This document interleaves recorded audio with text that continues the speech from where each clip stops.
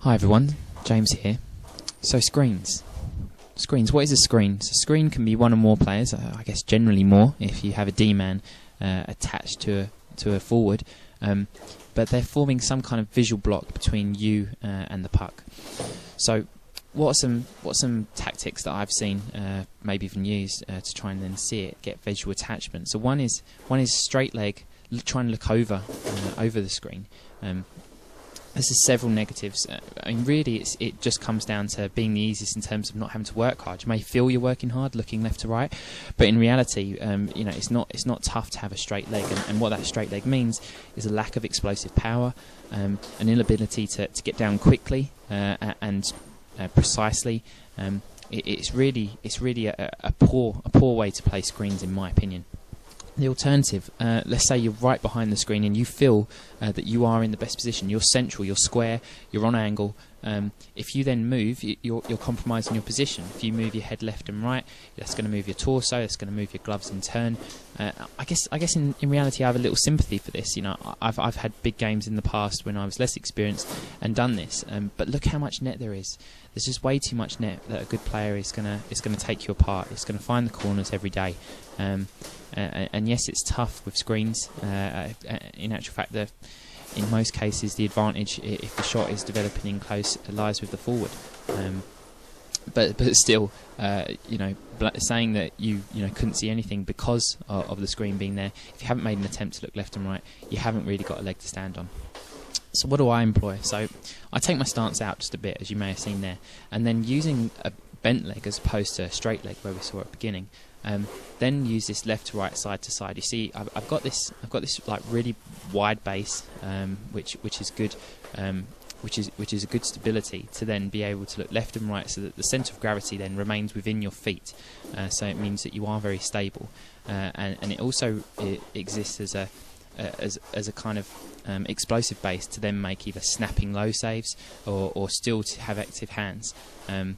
On that basis, this side to side has to be quick.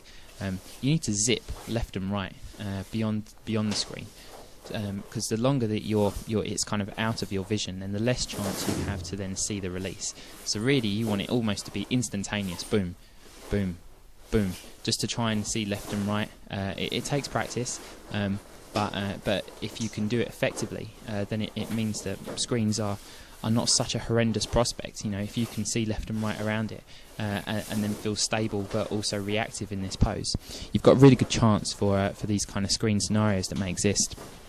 At the moment, we've been looking at saves where if you're looking one way, the shot comes that same way. Reacting in this way is quite natural. You know, your eyes are quite close to the trajectory of the puck.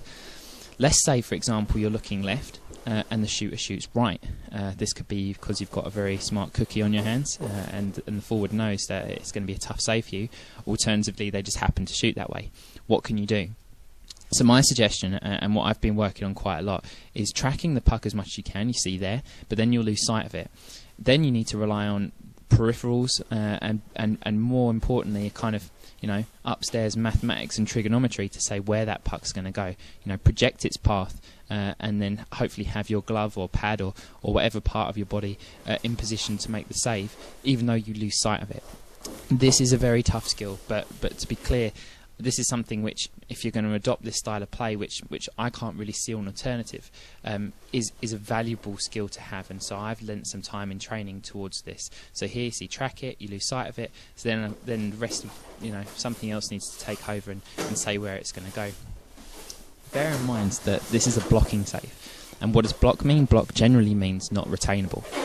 You're not going to have much of a chance to, unless it's high glove, in which case you can hold on to it. But otherwise, it's probably not going to be a nice retainable save to your inside. So you're going to have to either make a save, and then if it's a tough shot, like a hard shot, and you put it into your stick, then you can maybe get an upward recovery. Alternatively, this is a great time to use your Nabokov knee shuffles, so you can make a save and then just quickly on your knees recover to your posts. In training, you can do it with or without a screen. Practice looking left and right with this wider stance. Hopefully it works for you. something that you can attempt in practice.